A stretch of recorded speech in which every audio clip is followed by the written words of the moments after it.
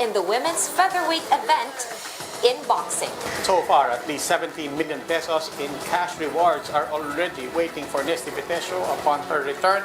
Before our four boxers started, we had a Zoom meeting with all four and just chatted with them to calm them down, and assure them of our support. I think important din yun that they know that the whole country is behind them.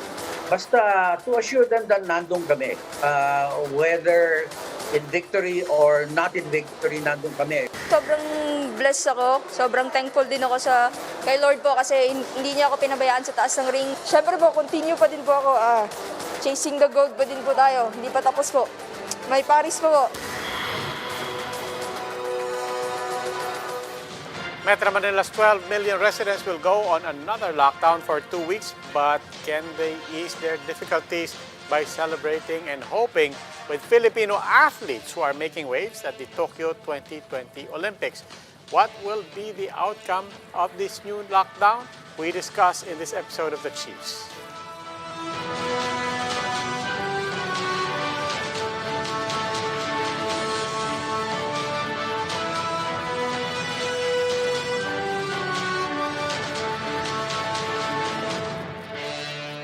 Welcome to this special edition of The Chiefs. Ako po si Robe Alampay. With me online is Ed Lingao of One News, and later on, Ami Pamintuan of the Philippine Star will be joining us. And Bok, may big story ako sa iyo ngayon. Ano? Traffic. Grabe. Before I think, Bok, that's expected. Given that this is the eve of the lockdown, everybody's in a rush to either do last-minute buying or rush to get out of the city or Metro Manila or to get home. So, public service announcement po, if you are southbound from Quezon City, dyan sa may Cubao hanggang sa may San Juan, Ortigas Center, grabing-grabe ang traffic. Halos hindi nga ako umabot sa big story. I'd like to thank Paps J. Taruk na nag-big story kanina. Ano ka mo, yung social distancing, parang mala Las Piñas. Yung social distancing sa EDSA, parang malapila sa Las Piñas.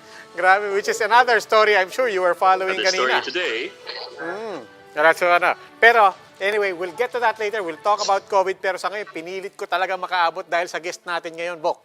Ayun lang, di ba? Let's bring her in. We begin tonight with Tokyo 2020 Women's Boxing Silver Medalist Nesty Petesio. Good evening and congratulations ulit, Nesty.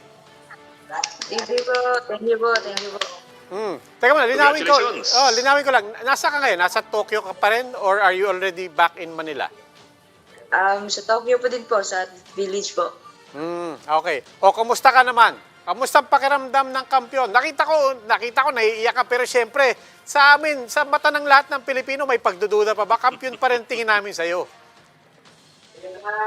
Okay lang po. Medyo antok na kasi late na po dito. Late na po. Aray ko pa, pasensya na. Sorry. So, okay. Well, we'll try to make it worth your while naman eh. Pero, Nesty, kasi alam mo, okay, ang nakuha mo silver, pero sa pananaw kasi ng lahat ng Pilipino, gold yung performance mo is really golden.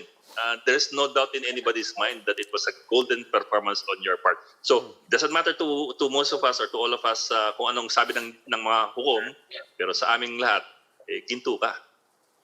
Yun lang sasabihin. Actually, hindi siya tanong. Sorry. Salamat po talaga. So, ayun po. Lagi ko naman po sinasabi na kung ano pong ibigay ni Lord po, kung ano pong kulay ng medalya, tatanggapin ko po ng buong buo. Ayun po lagi ko po.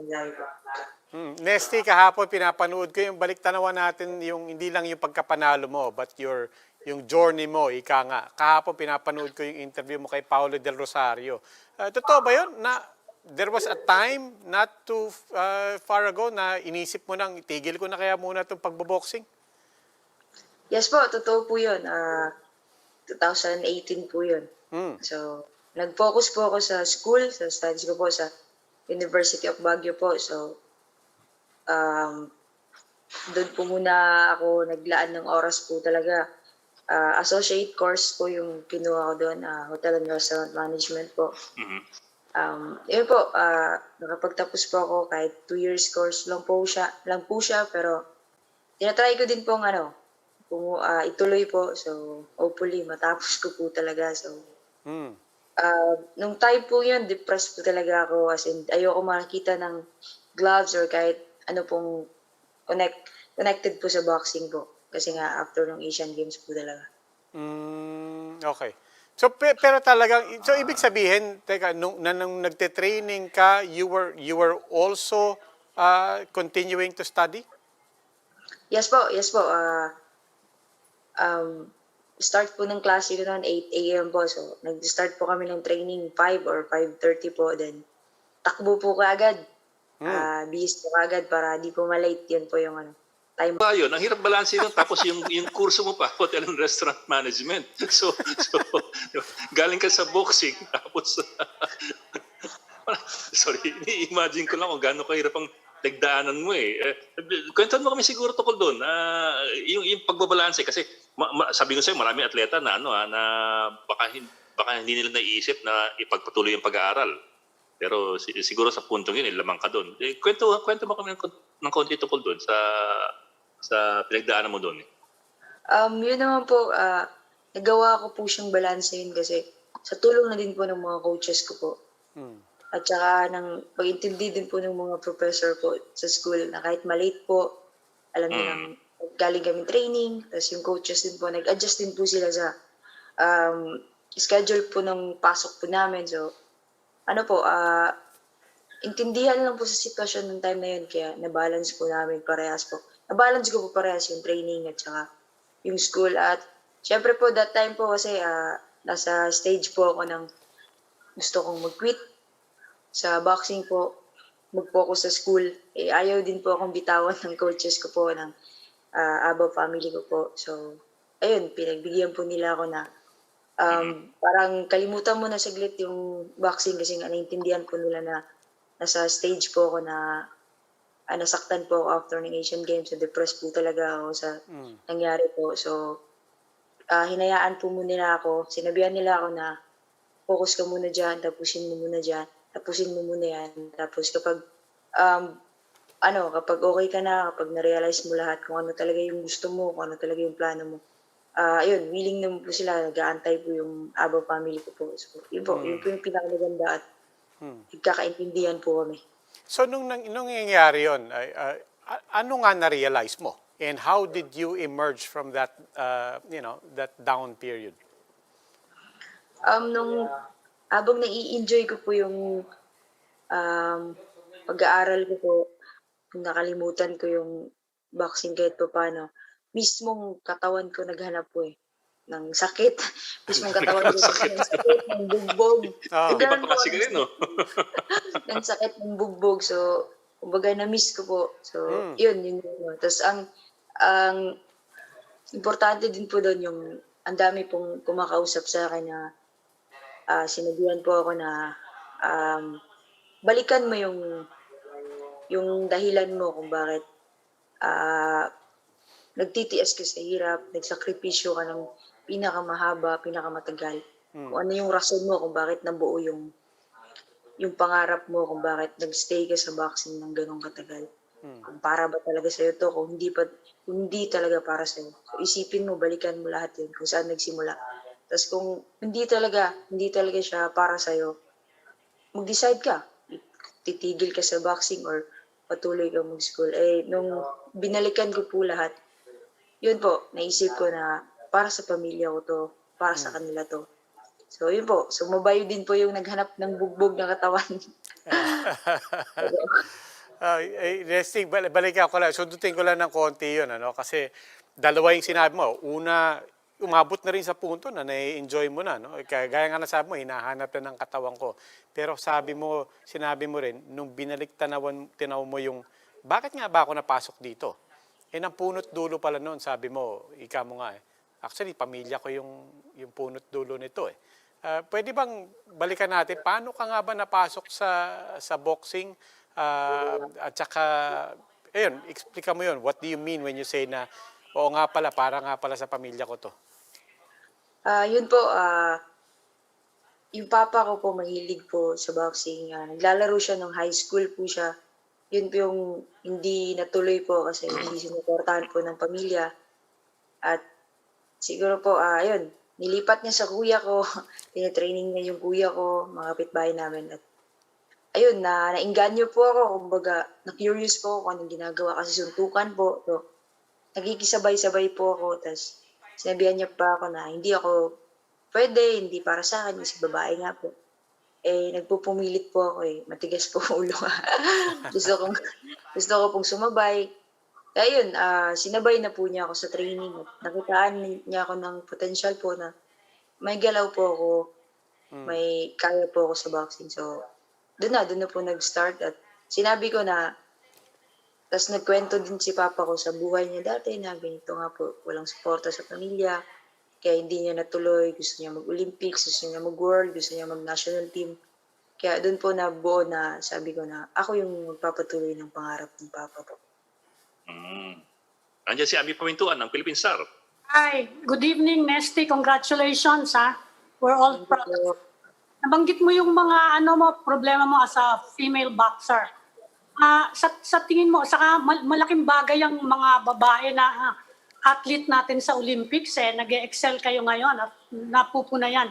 Ano yung mga pinakamalaking problema mo on your road to the silver medal na in connection with your gender, for example? Saka anong masasabi mo sa mga babae na interesado rin sa boxing? Ano lang po, ang masasabi ko lang po talaga ay yung combat sports po hindi lang sa panglalaki, yung boxing hindi lang po sa panglalaki. Pwede po sa kahit anong gender po. Yun na po. Okay. Nesty, ako curious lang ako, no? Kasi bukod sa'yo, parati natin sinasabi, ito na ang pinakang successful na Philippine delegation na pinadala sa Olympics. Pero nakapaloob din dyan, our boxing campaign, na we've always been, yung boxing parating pambato natin yan sa Olympics. We always send a delegation. Pero ito talaga, hindi naman pwedeng pagkaila. Objectively, this is the most successful campaign we've had. Anong kine-credit mo doon? Meron bang nagbago sa sistema? Meron ba tayong bago sa formula natin sa boxing na kung bakit biglang umangat tayo lalo ngayon?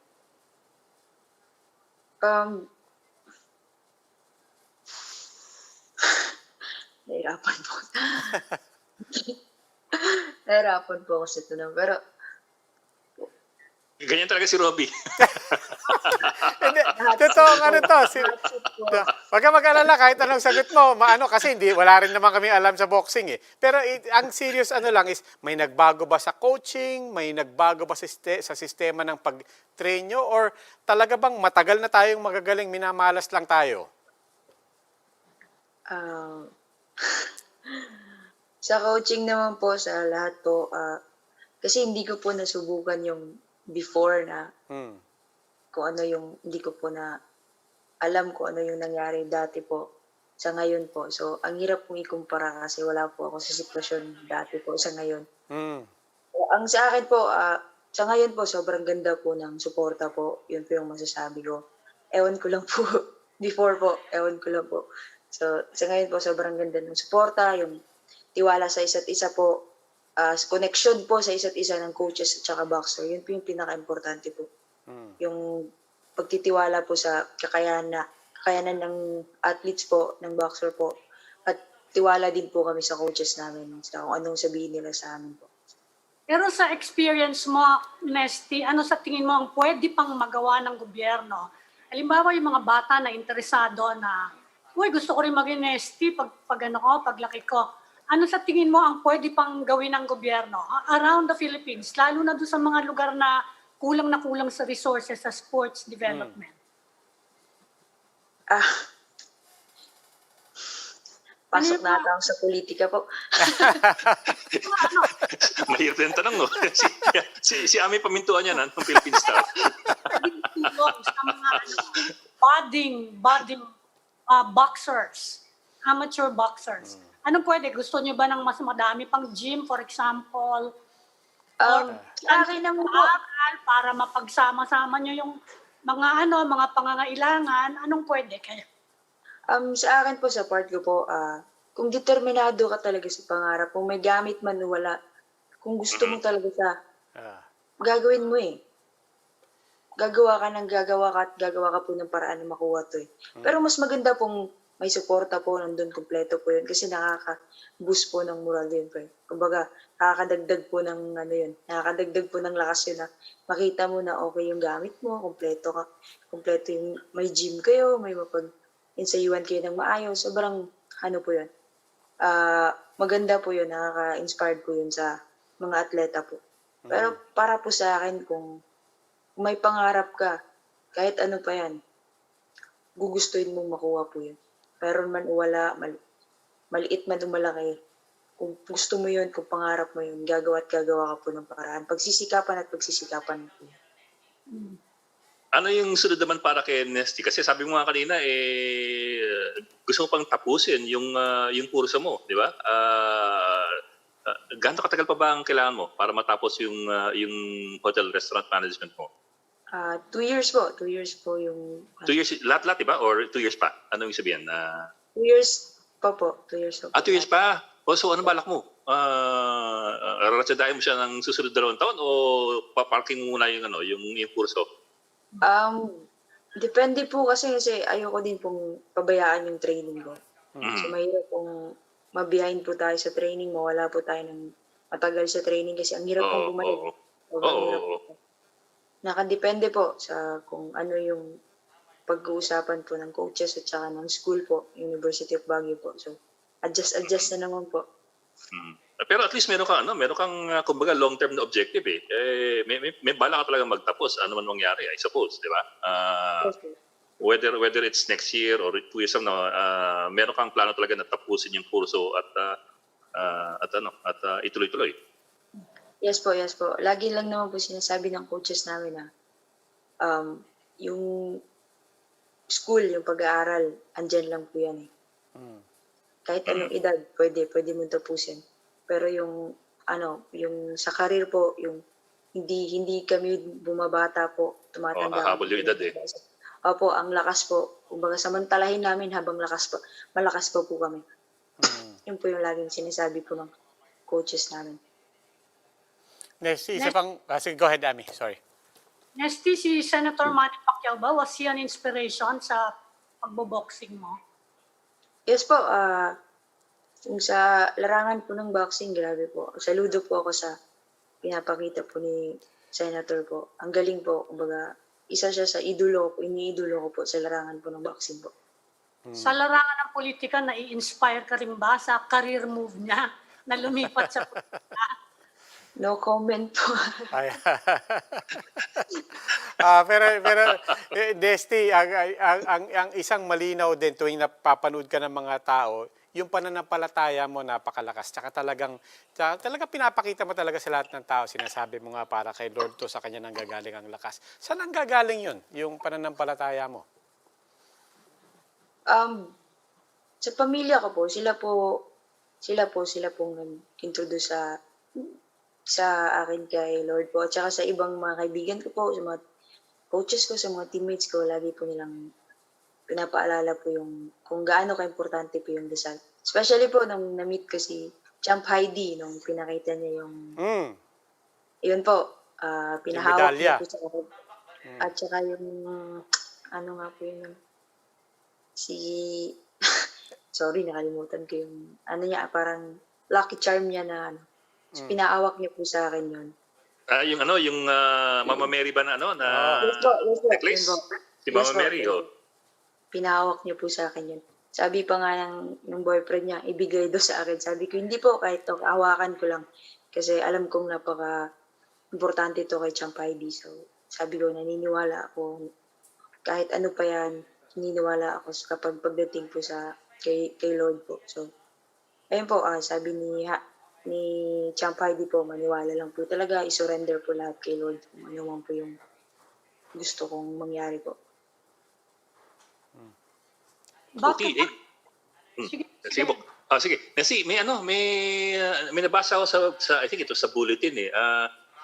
may pinost ka sa Facebook na parang may pangako ka dun sa dati mong national teammate na yumao na si Alexel Dargantes na parang natupad yung plano o yung pangako mo sa kanya na yun nga umabante doon sa ano. Kwento mo ka ng konti. Ano exactly yung pangako yun? And nakatulong ba sa laban mo itong alaala ng kaibigan mo? Hindi naman po ako nangako po. Kasi bago po siya nawala, nag-message siya sa akin na alam kong pangarap mo yung makapasok sa Olympics. Gustong-gusto kita makitang naglalaro sa Olympics. Gustong-gusto kong maabot yung pangarap mo. Gumanon siya sa akin. So, alam kong kaya mo yan. Kaya mo yan, Dol. Suporta siya sa akin, all out po. Tapos, yun po. Nawala po siya. So, sabi ko na iaalay ko yung laro ko sa Olympics sa kanya.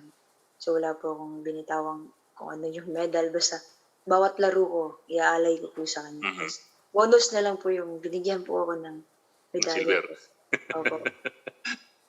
Okay sa bonus Nesty, talaga bang interesado ka sa hotel and restaurant management? Bakit yun ang Are you interested in any particular aspect? Halimbawa, mahilig ka ba magluto or ano ba dun sa kursong yun ang nagustuhan mo?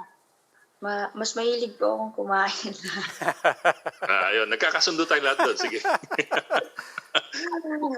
Ano lang po, nai-enjoy ko po yung course na Hotel and Restaurant Management. Yun po yung pinaka-importante po kasi para sa akin yung gusto mo yung ginagawa mo, yung mahal mo yung ginagawa mo. Kasi easy lang yan eh. Easy lang gawin lahat. Kumbaga, kahit mahirap siya, hindi ko sinabing madali lang yung course. Pero ang minimin ko po, yung kapag willing ka talagang gawin, kumbaga, madali na lang siya. Kumbaga, yun po. Hindi kaya mag-negosyo ka rin na related dyan? Kasi posible kayang magkaroon ka ng negosyong related dyan. Kasi si Heidi Lynn, business management din ang kurso eh. Kung bibigyan po ng ano po yung ibigay ni Lord po, why not po? Ay, baka magtayo ng restaurant. Di ba? May mga premyo ka eh.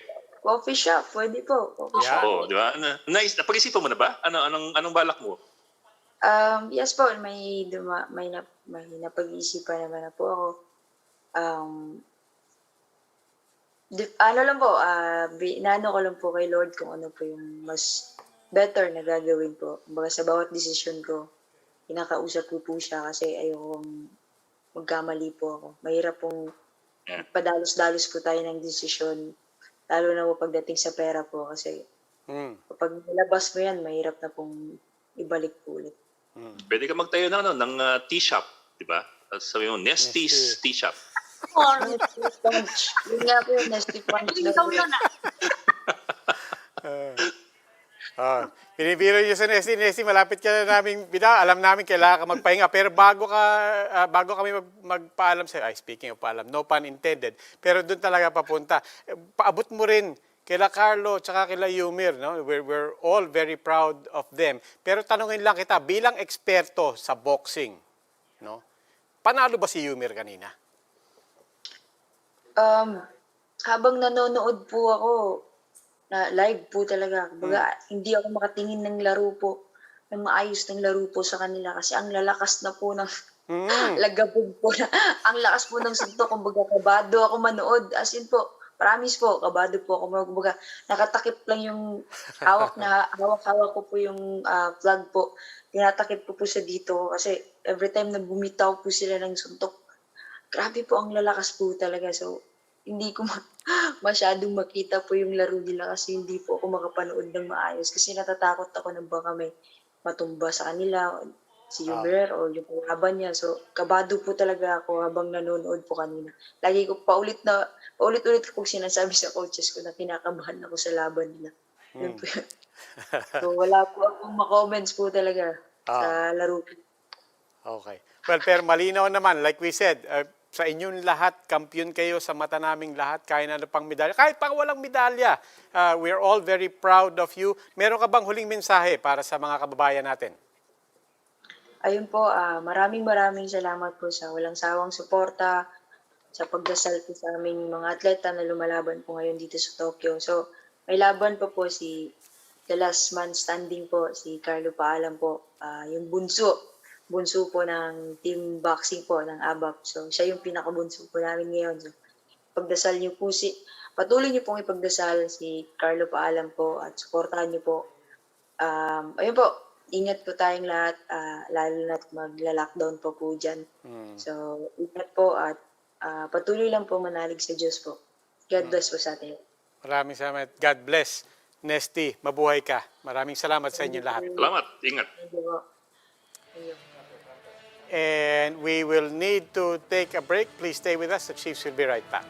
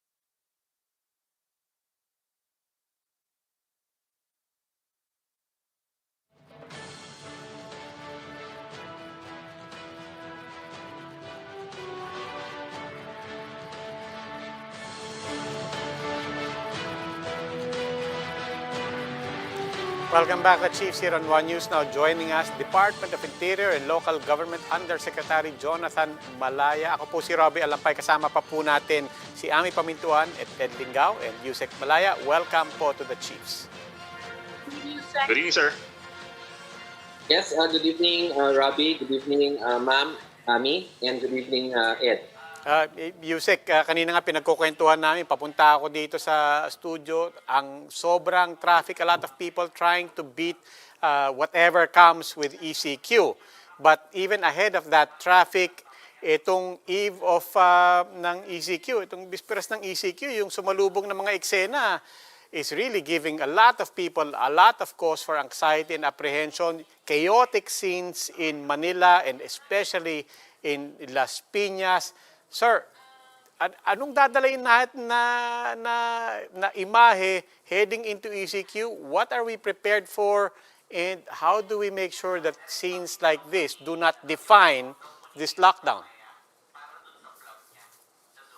Well, ito namang nangyari sa Manila this morning was caused by fake news being circulated. No, some individuals were trying to connect yung ayuda with vaccination. So we don't really know where this came from.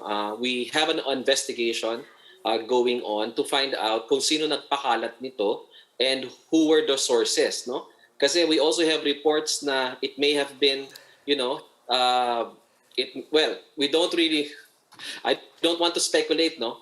But it was just surprising that thousands of people suddenly appeared in Las Piñas, in Manila, when in fact we have been repeatedly saying na wala namang connection ang ayuda and yung vaccination. So hopefully hindi naman ito some organized attempt to destabilize the vaccination program. Kasi ang ganda na ng vaccination natin, no?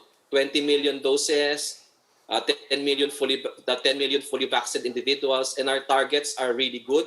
4 million doses have been made available to the National Capital Region. Tapos eto ngayon, no? So again, we would like to warn the public na please wag po kayo maniniwala sa mga fake news, and let's fight this information because it's really dampening our preparations to have a full herd immunity or population protection by the end of the year. Yusek, may capability ba tayo to go after the people who spread that news? Kasi kumalat siya sa social media. Tapos sabi ng mga tao, kasama daw dun sa mga warning, kung hindi kayo vaccinated, wala kayong ayuda, hindi rin daw sila makakalabas. Kaya nagkagulo kanina. Saka you can see kanina, karamihan doon, well, of course, obviously, they're not vaccinated or fully vaccinated, no? Di ba nakakatakot yun na baka naging super spreader na nga yung mga scenes na yon? I mean, what can you do about people who spread that kind of disinformation? Saka mahuhuli ba natin? Saka kung mahuli, ano kaya ang posibleng parusa? Yun nga yun nga ma'am talagang nakakalungkot lang yung nangyari no this morning. Buti naman umaksyon kaagad ang ating kapulisan and they were asked to leave no. Nagsiuwian naman sila kaagad. Just this afternoon I talked to Chairman Abalos of the MMDA and he has already coordinated with the National Bureau of Investigation to investigate and find out who are the culprits behind the spread of fake news. Merong Anti-CYBERCRIME Division naman ng NBI.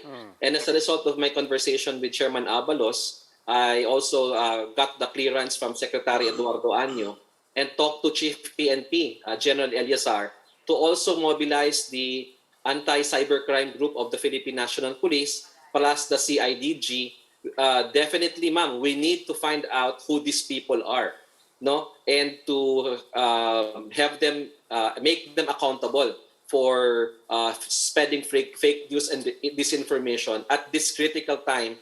Now we have this surge of the Delta variant. Ano kayang penalty yon kung sakasakali mang matrace sila?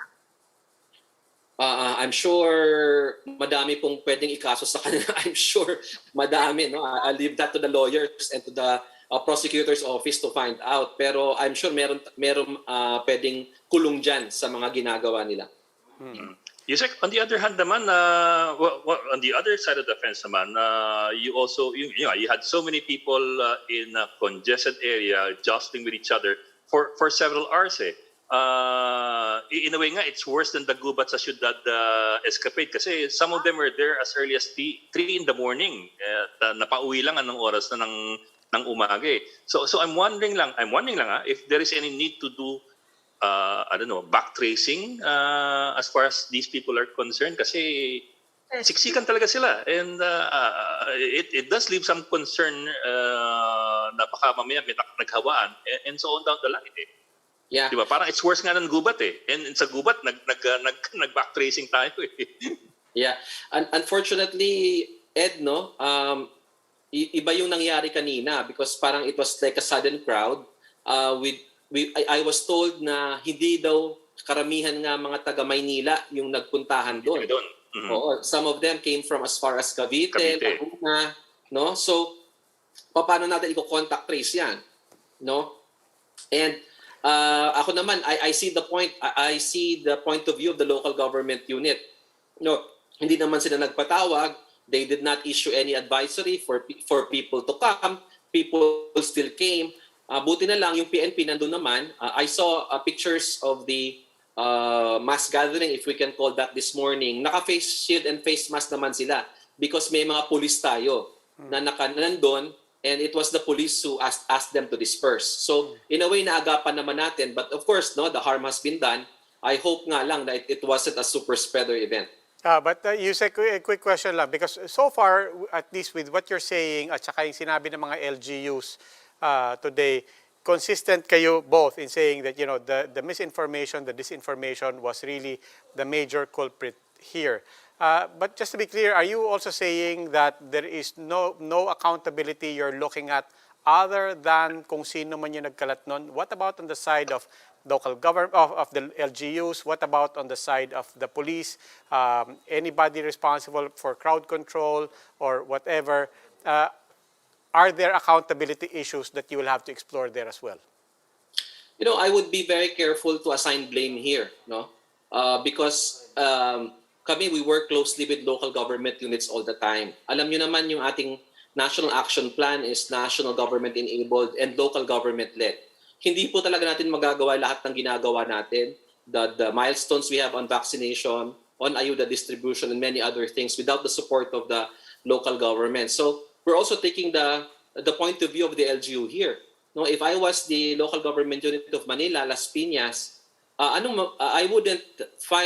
wouldn't know what to do, especially if ganung kadaming tao ang dumagsa. So, but we were monitoring this as early as this morning. kaagad-agad naman silang na-disperse early in the morning. No, the police was there. Immediately, it was mobilized. No, but of course, as I said, the harm has been done. But I would be very careful in assigning blame to the LGUs because there are just some events na beyond our control. What we need to do moving forward is to ensure that this doesn't happen again. So how do you do that? How do you ensure na it doesn't well, of course, under ECQ, madali-dali na yon. Yes. Pero Yes. afterwards, halimbawa, matapos siya at magkaroon na naman ng ganyan and we still have Delta, ano kaya yung posibleng pwedeng gawin? Sino yung magiging in charge? Barangay ba yun? Or sino yun? Police? Sino yung magiging lead? Okay, we will have to work very closely with the local government units to send a very strong message to the public na by schedule ang pagbabakuna. No, the Department of Health issued a directive this morning na kailangan by schedule at kung hindi po kayo naka-schedule, you will have to wait for your turn because the situation we have right now where the Delta variant is very transmittable place everyone at risk if bigla na lang tayong dadagsa sa mga sa mga bakunahan. So it will be a combination of a communication campaign. It would also mean better scheduling on the part of local government units and also the work of the NBI and the CIDG. They will have to show results because pag nakita naman ng tao na nasampulan natin, nahuli natin yung mga people responsible, matatakot na yan na magpalat ng ganung klaseng fake news. So ibaba nyo na completely yung walk-in talaga? Ganun ba yun? That's the understanding. That's my understanding from the DOH circular that I saw this morning. Because when you have a situation wherein all walk-ins are allowed to come in, talagang magdadagsaan ng mga tao. So the daily vaccinations have to be properly planned and have to be on a scheduling basis. At yung tao na i-accommodate natin, yun lamang kayang accommodate ng bakuna nating available. Pero Yusek kasi just very quickly lang po ka. Pero the thing lang kasi with that Yusek is that that's been policy for several months. Hindi lang exactly. months last year pa eh. I remember at a certain point meron pang konting iringan between Manila and DILG DOH dahil Manila insisted na wala silang scheduling. Basta may QR code lang, ibig sabihin registered ka, you can come first come first serve. So it was never really fully implemented, even in Manila. Yeah, I think given what happened yesterday, we would now be able to convince the Manila local government unit of the need for this policy to be fully implemented. We have been working very closely naman with Mayor Isko and his team. Yeah, but Yusek, I think that again begs the question of, is it policy?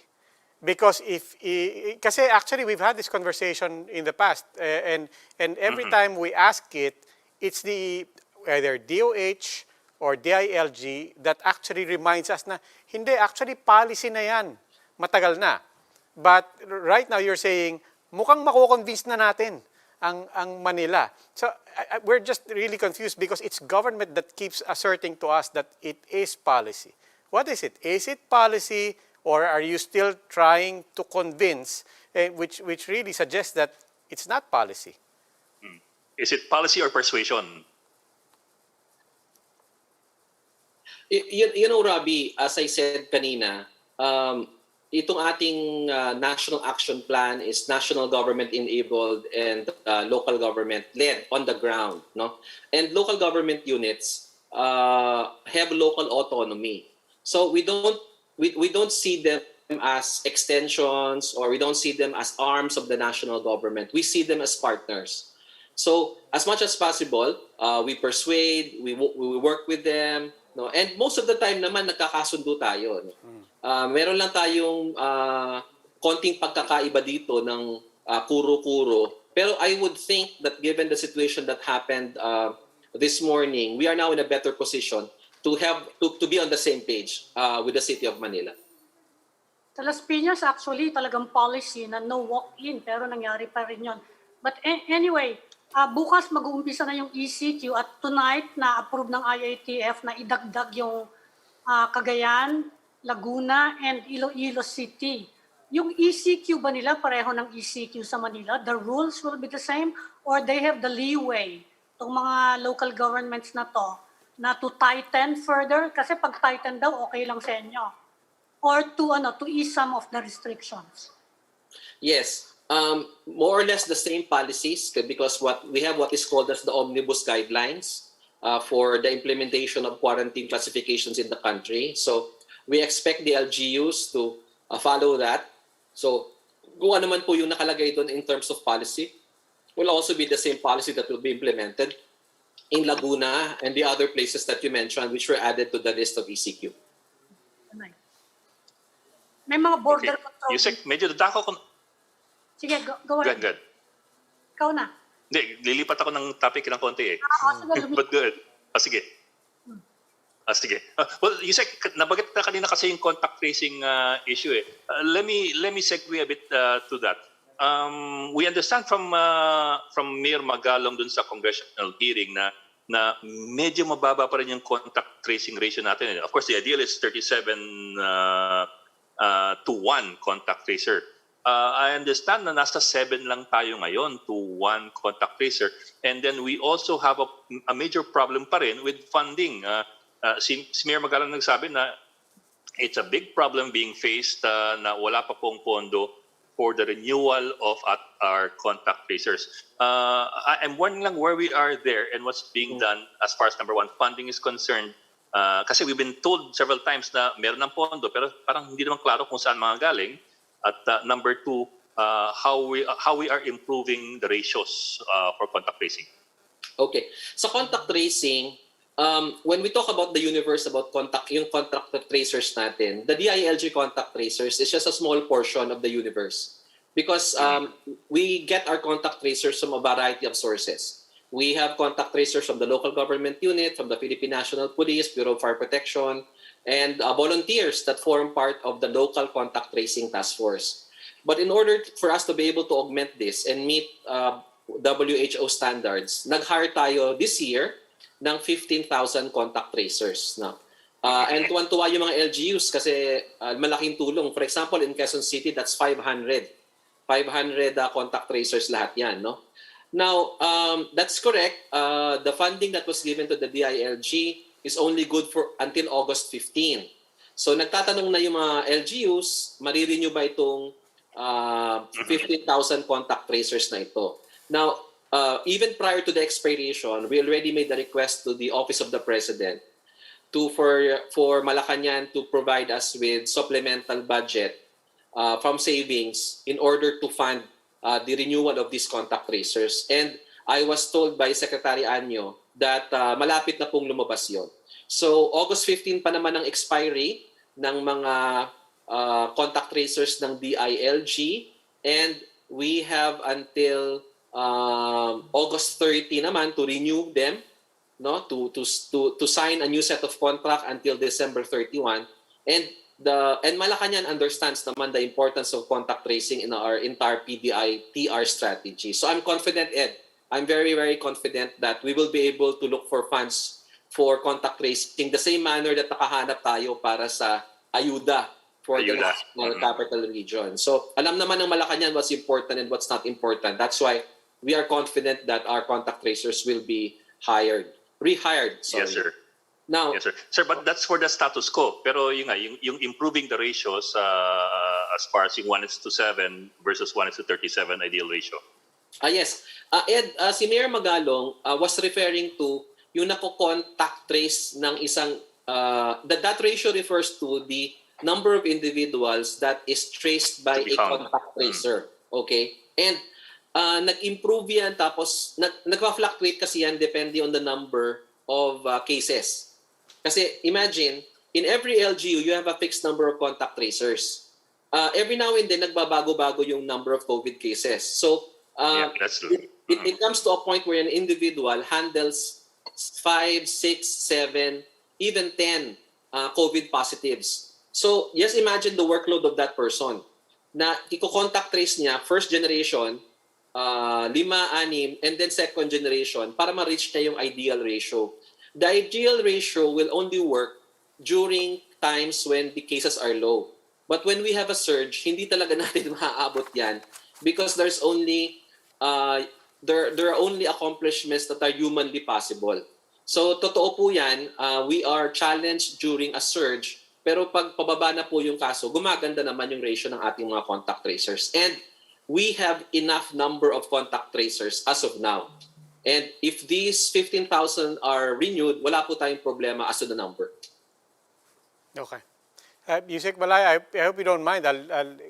This might be coming out of left field, but I'm just looking at a tweet. I want to take advantage of this habang may oras tayo. Depende kasi sa sagot nyo kung mahaba itong usapan na to o hindi. But I'm looking at a tweet from the Philippine Star. Just within the hour, it says the DILG has issued a show cause order versus Manila Mayor Isko Moreno for his, quote, alleged failure to implement the war on drugs in 2018. And now the Philippine Star is quoting a source. They're also taking note that Moreno won as Manila Mayor in 2019, but supposedly there's the show cause order on the implementation of the war on drugs. Any comments, sir? I mean, is there such a thing as the show cause order, and what's the context here? If I'm not mistaken, Robbie, kasi I just got a text just before I came to your show from a media, from a reporter asking for comment, no? And I was not able to see the story per se, no? But if I remember correctly, if this was way back in 2019, this is about the organization of the Anti-Drug Abuse Councils. Ito yung ADAC, no? And kumbaga, this is a old story. This is an old story already that the City of Manila has already answered, no? But yun lang yung masasagot ko ngayon because I haven't seen the story yet. But if it refers to that, no, if it refers to the organization of the Anti-Drug Abuse Council, this was already answered by Manila Mayor Isko way back then in 2019.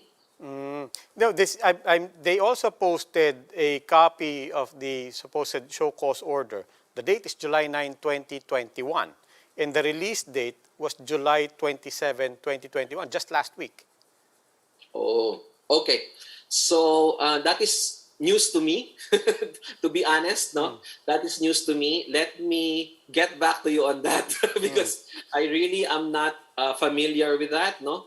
I will have to talk with the person in charge in the DILG about the anti-drug abuse campaign, no?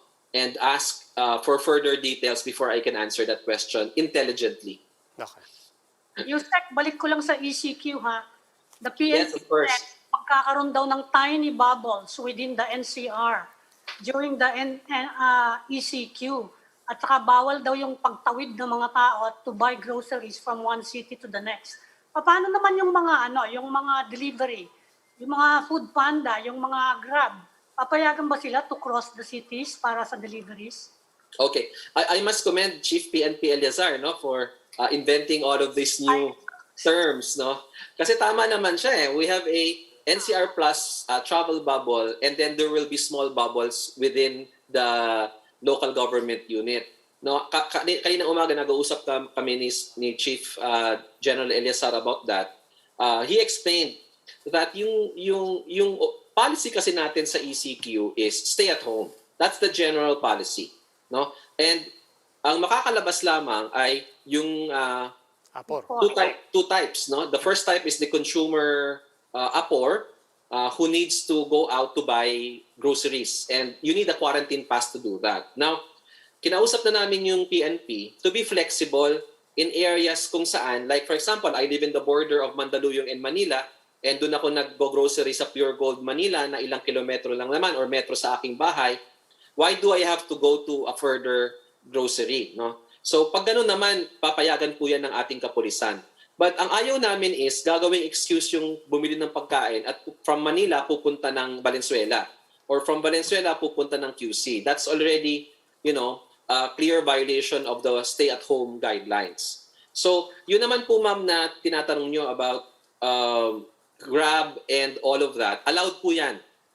Under the rules, the omnibus guidelines on ECQ, deliveries such as Grab, Lala Move will continue to operate during the ECQ because they deliver food and other essential items for our consumers. Yusek, para lang magkali naman, because usually pagka ganito, alam nyo naman, ang nagba-viral yung mga lituhan sa rules, especially sa penalties. Ano po ba yung mga penalties? Let's assume that there are people na hindi nila dala yung APOR ID nila or hindi sila APOR. Let's say somebody talaga gumagala for whatever reason, and especially kung may legitimate reason. Pero ano po ba ang pinakang matinding penalty? Can people get arrested? Or is it just a fine? Or papauwiin ka lang? Okay. Ang general policy po is papauwiin ka lang. That's why naglalagay tayo ng checkpoints sa mga communities, sa mga secondary roads to dissuade people from leaving their houses. Because if we do not do that, a lot of people will violate the stay-at-home order and will claim to be an APOR when they're not to be APOR. However, if you submit a falsified document to the PNP, no, gawa-gawa ka ng sarili mong certification dyan sa bahay, tapos gagawa ka ng peking dokumento, and nasita ka ng PNP, posible po kayong makasuhan ng falsification. So that's the most, unless the police can find something else to hold you. Kasi kung minsan may mga matitigas ang ulo, curfew na, and then makikisigawan pa sa police, pwede na po kayong mag-disobedience to lawful authority dyan. You may be charged with the revised penal code. And pag ganyan, pwede kayong makulong and you may face criminal cases in court. But as a general policy, kung kayo naman ay wala namang ganon, you're a law-abiding citizen, nagbabaka-baka sakali lang kayo, baka makalabas, pumasyal sa girlfriend or whatever, papauwi lang kayo ng ating kapulisan. Kasi sir, last year, very, very liberally used yung RA 11332 yung Act on Notifiable Diseases, Epidemics, and so on down the line. So hindi na po yun gagamitin? That has never been our legal basis for curfews. No? Pag curfew, ang ginagamit natin na batas ay yung tawag nito, yung ordinances. Local ordinances. The local ordinances. At yun namang mga enforcement of quarantine protocols by our PNP, we use the revised penal code. Kung merong disobedience or direct assault sa ating mga kapulisan, yan yung pinagbabasihan natin when we file charges against them. Allowed ba yung penalty na yung physical exercise? Kasi we had that case na namatay yung di ba? Yung nag-pumping siya, 300 pump, squat pump. Allowed ba yun? Hindi po ma'am, that has never been allowed. In fact, yung police na nag-authorize niyan have been relieved from their positions and are facing administrative charges in the Philippine National Police. Yusek, linawin lang po natin, any kind of corporal punishment is not allowed. Binibilad sa araw, pinapaupo sa labas, and all of that is not allowed? Yes, that is correct. May konti rin pong confusion about community pantries. Bawal ba yon? Pwede ba silang mag-house to house yung iba? Okay. Ganito po ma'am, no? I don't know kung na-release na today or maybe tomorrow. We will be releasing a memorandum to our local government units that community pantries are allowed provided that it's done house to house. Okay? Iba kasi ang sitwasyon natin ngayon from previous lockdowns. Now we have a very transmittable Delta variant.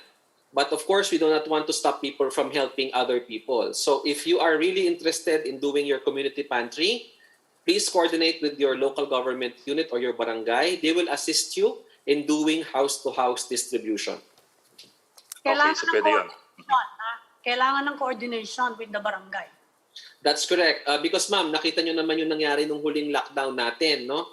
Ang dami nating mass gatherings na nangyari. There were a lot of problems that we faced. So learning from that experience, our approach now is house-to-house distribution. And we also talked with the mayors of Metro Manila about this in a meeting 2 days ago. And Chairman Abalos affirmed the support of the MMDA and the Metro Manila Council to the position of the DILG.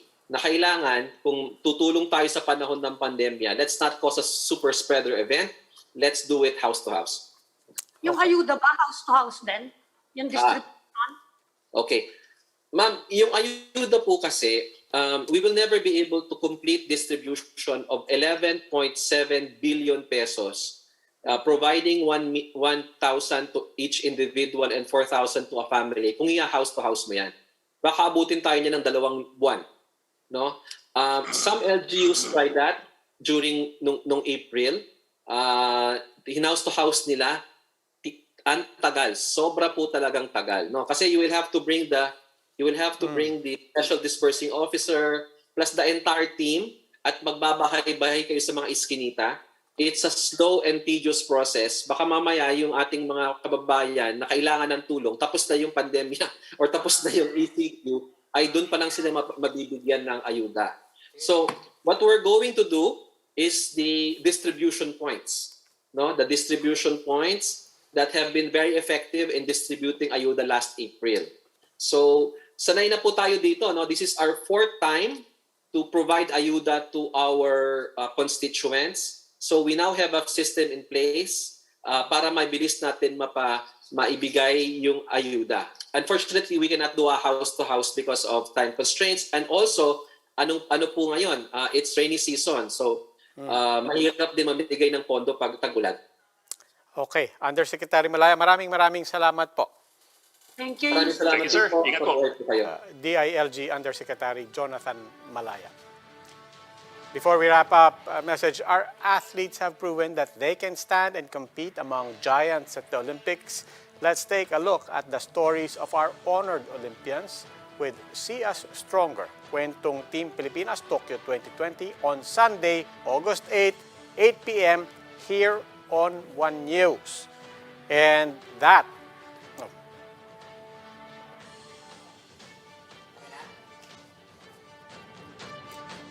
will be all for this special edition of The Cheese, but we hope what was discussed here will keep the conversation going.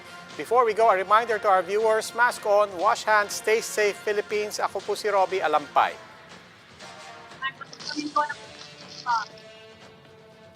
I'm Ed Lingao and we are One News.